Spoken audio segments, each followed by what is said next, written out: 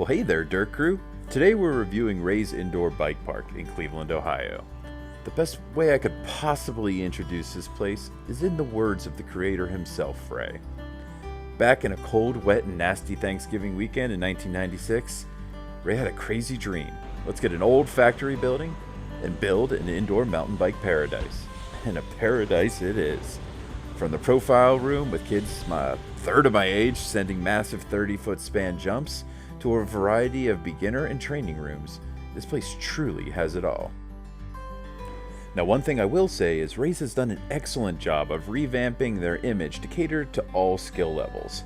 A beginner or inexperienced rider can enjoy almost half the building, whereas an intermediate or moderate rider can expand into the super sport or profile room, and BMX riders can enjoy the jump room and the street park rooms. Now, this video is going to be a little bit different than our standard trail review, since we got invited to come off hours and were able to interview with Brooke, the marketing manager for Ray's. So we're going to feature that interview at the bottom of the screen and show some footage from our private free riding session. Hey there, Dirt Crew.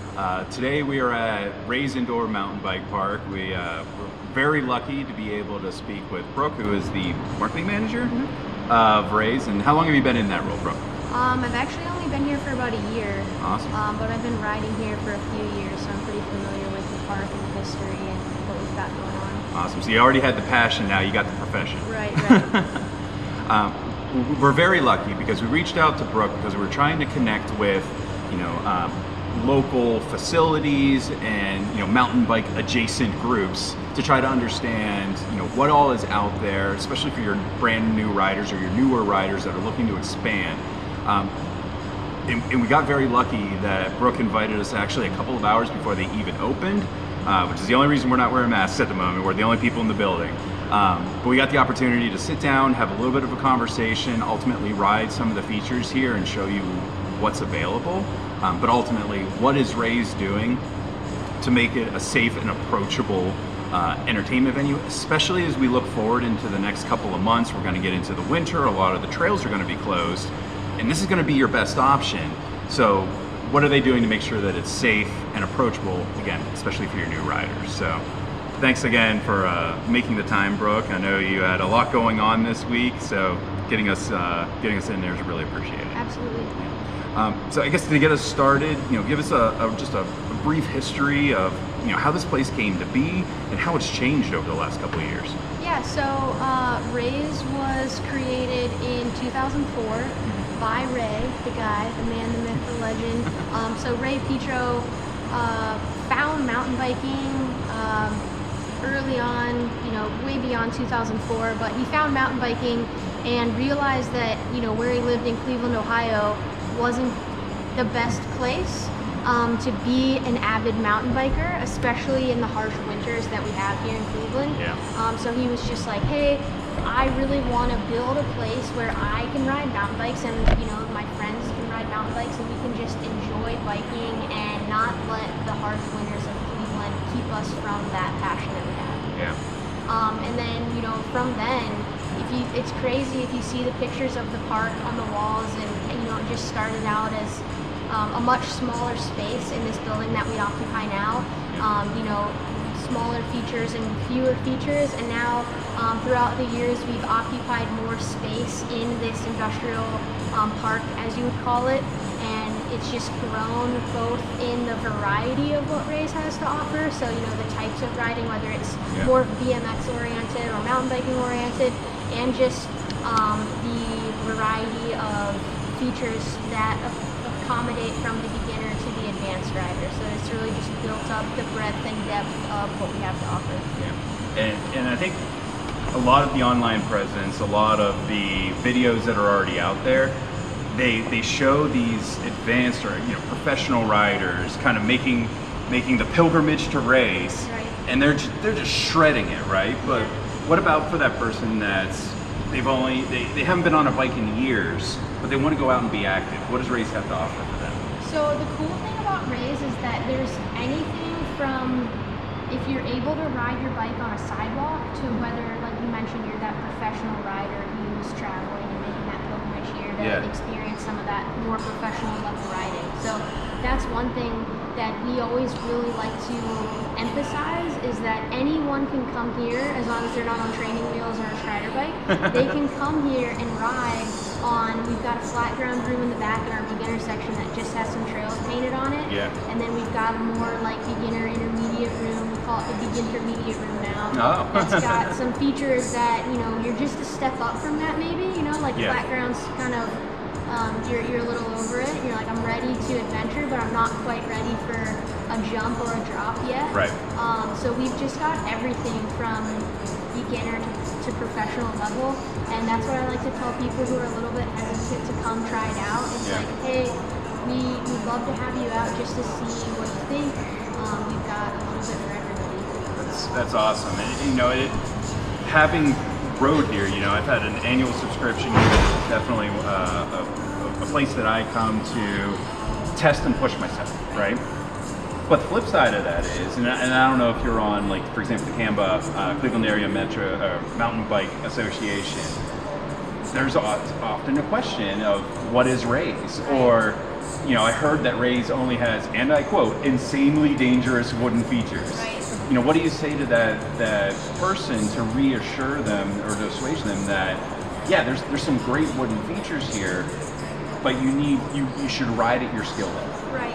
I would tell those people that you could get into that same level of danger on any trail that you Yeah. go to. You know, if you're at a local trail here in the Cleveland area, if you go off the trail, the marked trail, you could certainly find yourself in some danger. Yeah. And the same thing here at the park, not necessarily danger, but the technicality increases if you go off of the marked trail from like, oh, this is a more beginner section, Right. this is a more intermediate section. So if you're not ready to really push your boundaries and get to some of those more dangerous features, then just use your judgment and stay in the more beginner area. Or, you know, we always say too, if you're not comfortable, please like go out and check the trail out. You don't have to just bomb it first Yeah. try and not check it out. So I think people, they see some of the bigger things and they feel like they have to ride it, and they're like, Yeah. it's terrible, like very big and scary. But there's just as much for that person here that isn't, you know, terrible and scary and really dangerous. You know, we're actually in one of the rooms that's a perfect example of that, because I have sat at that picnic table up there and watched kids, you know, a third of my age, just crushing these jumps, and I'm Yeah. like, I can totally do that. Right. And then I get to that drop right there, and I'm like, I totally cannot do this. Right. You know, so I think it's important to understand your limits, Right. but truly, it's the same thing. If you're out there on a mountain bike and you're sitting at the top of Edson Run at East Rim, Right. and you're looking at 30-foot jumps, if this is your first time on a mountain bike, you should not be riding that. Right, you right. should, you should be within your skill set. So I think what I'm hearing is that there's a lot of options here, and certainly I'm sure that all of the staff will be able to, point someone in the right direction to make sure that they're in the right room for their skill set. Absolutely. Yep. For me, and I know that the other guys try to do this too. Anytime someone comes in for the first time, we always give them a quick rundown of Yeah. what to expect when you come in. Just some simple things, like the trails are all directional, so Right. just pay mind to that when you're going into new rooms because they've never seen it before, so they might not know. And just kind of showing them where that beginner section is. I even tell people who are advanced riders that I think they should go to the beginner section first, especially for those who haven't ridden inside on like wooden features, Right. because it's so different from outside. Yeah. So I'm just like, hey, a great place to start, follow that yellow brick road over to the beginner section. And then the other great thing is as you're following that, you're passing other parts of the park, so you can begin to familiarize yourself with the layout of the park. And a lot of the trails, I'm sure you'll see as we walk through it, the trails aren't always super duper easy. Like there's bypasses built into them, Right. but they take you to some moderate to intermediate to advanced options that if you just want to loop for 2 hours, you can get a great workout and work your way up to some of those bigger features. For sure. Yeah. Awesome. So in kind of getting back to talking about it, kind of your beginner versus advanced riders, a lot of the videos, you have these like prominent mountain bikers and BMX guys just sending it constantly, right? What should a beginner expect, and what should they do to prepare for their first time coming to race? So, the first and foremost, we encourage everyone to visit our website and our social media. So, especially during these times, things are constantly changing. People are unsure of what our requirements are currently, what our offerings are, because unfortunately some of the services that we provide have changed. So first and foremost, please visit the website and then give us a call. We love talking to people on the phone just so that we can give you the most current, accurate information right there on the phone. And then as the conversation develops, if you have more questions that maybe transpire from the conversation, we can answer it right then and there. There's no confusion. That's great. Maybe you have questions on where to stay that aren't answered on the website, or you want some food options. Like, we'd love to just chat about it over the phone. So we always tell people, don't be afraid to call. People, I think these days don't like to talk on the phone as much, but for us, we're so busy in the park with, like, some of the guys are still doing construction. We're not always, like, able to, get back to an email. So if you just call and we're able to pick it up, it's just so great to take care of it right then and there. When you come to the park, you can expect to be kind of overwhelmed just because the building is so big. But we do our best to have markings and some visual signals to let you know where to go, like especially right when you come in. It's like, we've got some safety certs here, know your limits, just to kind of like ease your, that overwhelming feeling like, oh my gosh, I have to send all these huge features. No, you don't. We have some smaller things like kind of like progress. But we do our best to just indicate where you should take extra precautions. So you mentioned we're in one of the biggest, scariest rooms. The smaller line is a more, I'd call it intermediate level. But even on here, we have some markings like please roll in slow, just to give people some extra caution if they're riding it for the first time. So that would be another thing, is I would expect to see some visual signals, and then I would encourage people to actually look at them and like interpret them and take them to heart. Like, so if it says go slow, maybe go slow or roll things for the first time. And I think it's a good habit to be anywhere that's either particularly challenging, but a great example is like at Seven Springs or any downhill course, right? Whenever you go there, there's rules, and rule number one is you walk the trail. The second time is you go slow, and the third time is send it, right? But that the reason for that is just like you said. I mean, there's a perfect example right behind us where if you just roll down this particular ramp, you're going to go ass over elbows on that right there, right? And so you're right. It does say, come in here a little bit slower. But no, and for someone that's really been mountain biking riding really only about 6 months, this center line that's in here, I mean, I'm going to case everything, but this is a great place for me to learn my skills, because ultimately everything in this room on the inside is rollable. For sure. It's only once you look at the far edges, where those kids are doing 30-foot jumps, like, okay, that might not be where my current skill set is, but that's something that I can strive to, or just watch in awe at the same time and appreciate those that have been doing this longer. And that's another thing too that people can expect, is to have the ability to progress.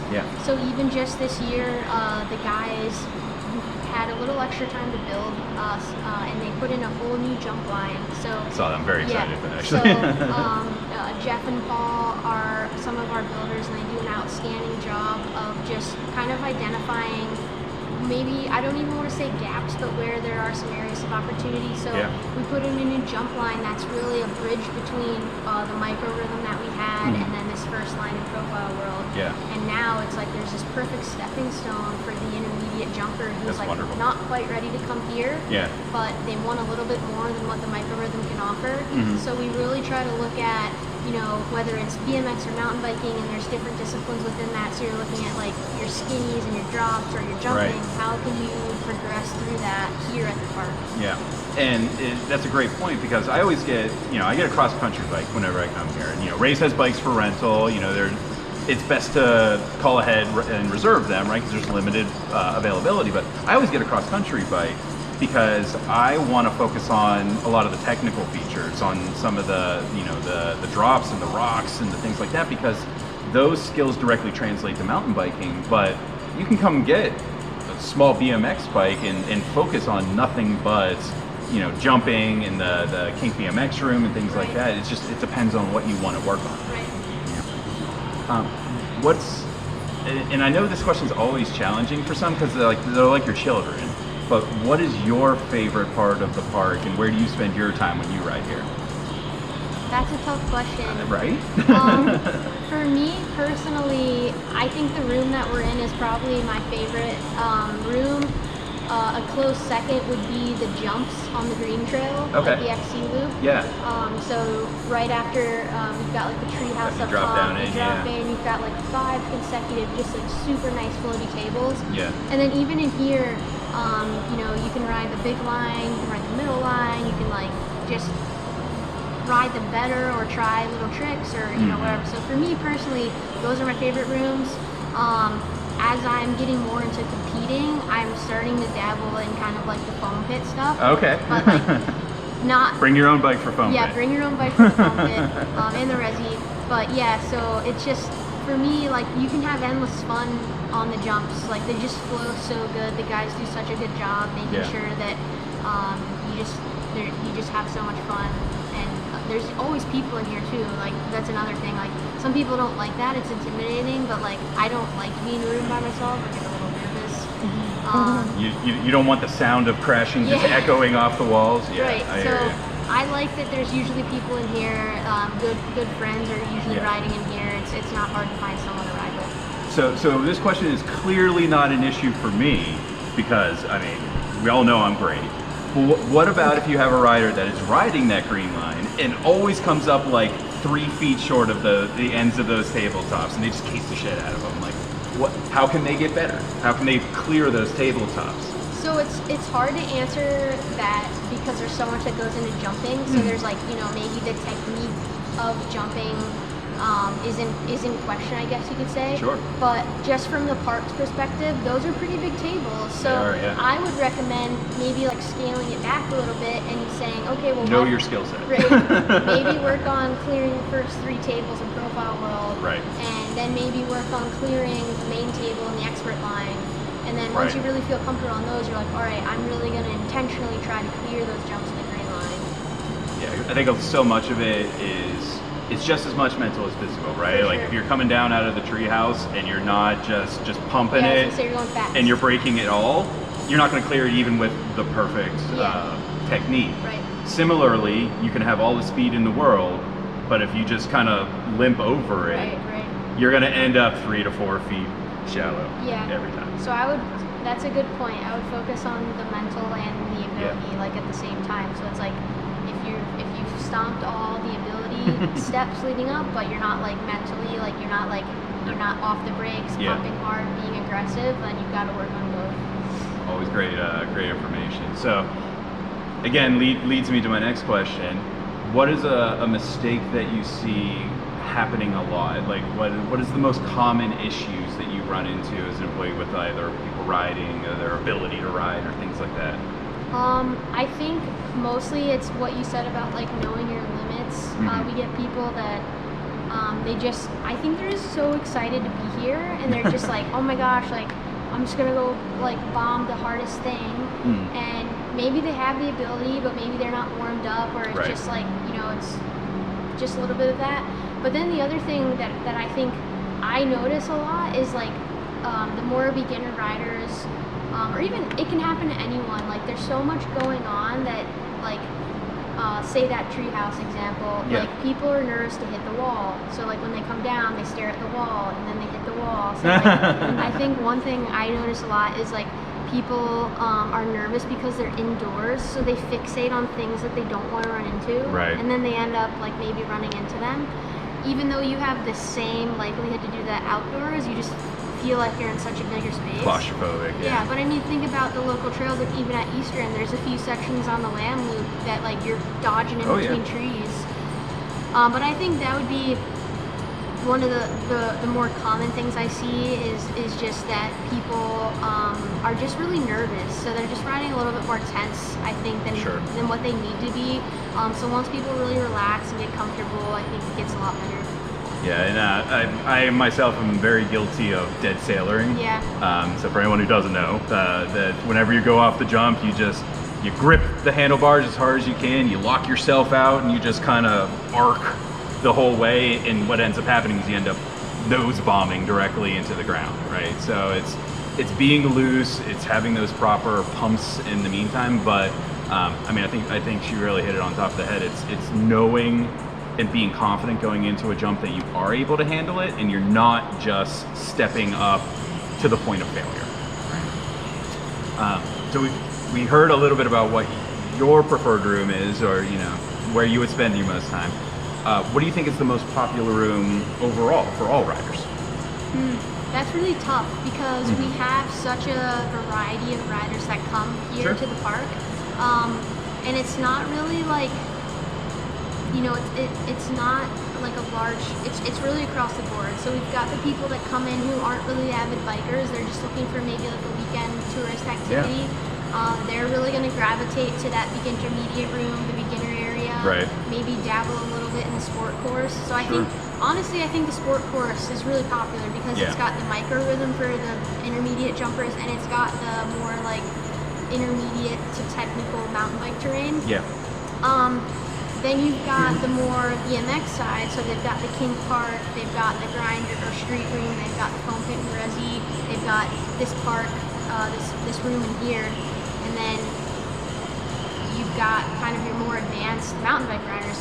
So I guess I would say the most popular rooms are the rooms that appeal to both disciplines. The broadest audience. Right, so like this room is extremely popular because you have guys on mountain bikes and BMX bikes that can shred everything in here. And you've got beginner to intermediate riders who can ride in here, even to advanced riders. So it like hits cross discipline and cross skill level. Absolutely. So I think rooms like that are the most popular. That's awesome. This has all been really great information. We're definitely going to be actually checking out the park and doing a review of that. But before we go, and it's important for us to acknowledge the current global climate, right? We're here outside of business hours for safety purposes, right? Like, we have myself, my production assistants, my partners here. So we wanted to take the time to be able to do this properly. But we also want to reinforce that Race is doing a lot to make this a safe environment. So before we go, talk to us a little bit about the precautions that Race is taking, the requirements of the riders, and ultimately what kind of experience should someone expect here, whether they've never been here before or they're inexperienced riders and have road raced for years. Okay. So most importantly is the services that we normally provide that we're not currently able to provide. So normally riders that come here could rent a bike, a helmet, pads. We help you kind of like adjust your bike a little bit with some loaner tools. Unfortunately, because of what's going on, we're only able to offer rental bikes. So we're not offering free rental helmets or rental pads. Why that's so important is because a helmet is required to ride the park. Right. So if you come and you don't have your own helmet and you want to ride, you'll have to purchase one here at the park. So that's really the most key thing is we're trying to tell everybody. It's on the website in a nice little flashy pop-up. It's on our social media. Please bring your helmet. We've had a few people really blindsided by that, and we feel so bad because as a park, we just want people to ride bikes, and when we can't give them the tools to do that, we feel really terrible. So the helmet is really one of the bigger things. I also mentioned we're not giving out loaner tools, so it's really important to just come prepared with your protective equipment, with your tools to work on your bike. You still can rent the bike, but in the event that you don't, just come as prepared as you can. We are still offering food and drinks, but it doesn't hurt to still bring your own if you're someone that's trying to limit your contact with other people. Of course. The other really important thing is that masks are required inside the park. Like we mentioned, we're not wearing them now because we're not open. Right. But yeah, when we're open, masks on all the time. And you have some available. We do. So if you come and you don't have one, we will provide you with one. Or if you come and your mask is like really thick and it's like cloth, we've found that these surgical paper mats are actually really nice and breathable, so that when you are riding, it's easy to you can get a little hot when you're in here. So these are just nice, and they're not as restricting as some of those other ones that seem to be really limiting. So we've got those. the mask and the helmet. Those are the two key big ones. We do have markings around the park for social distancing. Right. And basically what we did is every room we've said how many people could be in here at a comfortable 6-foot distance. So that's how we really came up with the markings, as well as if we do need to come up with any type of like capacity, that's how that is identified. Yeah.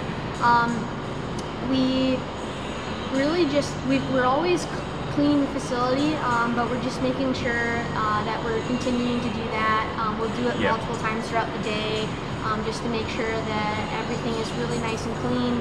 And aside from those things, it's really business as usual, and that's really nice because people are assuming it's going to be totally different. But aside from the helmet and the mask, you can come in, you can ride your bike, hang out with your friends at a socially distant distance. Right. Yeah. You can order Primo's pizza. They'll call it on the loudspeaker right. for you. Yeah. So it's just a few things that really are helping to keep us safe and to keep you safe. Yeah. And it's just important that we do those things. I know some people aren't thrilled about the masks, but unfortunately it is a state and local mandate. So we're just complying to the rules that we need to in order to stay open. And even though it's such a big space and it does feel like you're outside a lot of the time, it is enclosed. Right. It is the right and safe thing to do. Right. Certainly just make sure that you're not, or that you're adhering to what they do. They don't want to be put in a position where they need to ask you to leave or change anything. And again, we're coming into the winter. That is really when your season amps up, is in the winter. Right. So more adherence to that will allow more people to be at the park. Correct. Because it needs to be safe no matter what. Right. And I just also want to thank everybody who's been supportive of that, because we have had some hate for like the first time in Ray's history. Like, we don't really get that much hate on social media, but the mask thing has been extremely controversial. So we just want to thank everybody who's been supportive and kind of understanding that this isn't something that we're imposing on the riders. It's something that we're just doing so that we can be open. So we really appreciate about people who have been supportive of that. And again, like, if we didn't wear masks, to your point, when we ramp up in winter, we'd have to put a much lower number on the capacity so that we could ensure people are staying far enough apart. Yeah. And what I saw earlier in the year, I mean, Ray's was doing everything they can to make sure that they had the ability to stay open. They were selling bikes, they were selling things online, they were taking donations. So, of course, support your local bike shop, support Ray's. Ultimately, we want to make sure that as we get closer to recovery, we get into next year, we get into 2022, that we have all the trails that we're accustomed to. We have Ray's, we have all these facilities, because ultimately they only stay open because of the community and the donations, the commerce and the feedback that they get. So, Brooke, I really super appreciate all the time sitting with us, letting us come during off hours, and letting us ride a little bit here in a little bit, but mostly for your time. I super appreciate it. Yeah, we appreciate you guys stopping out, and just appreciate you letting us kind of like get the word out and educate the riders on what we have here to offer. Great, awesome.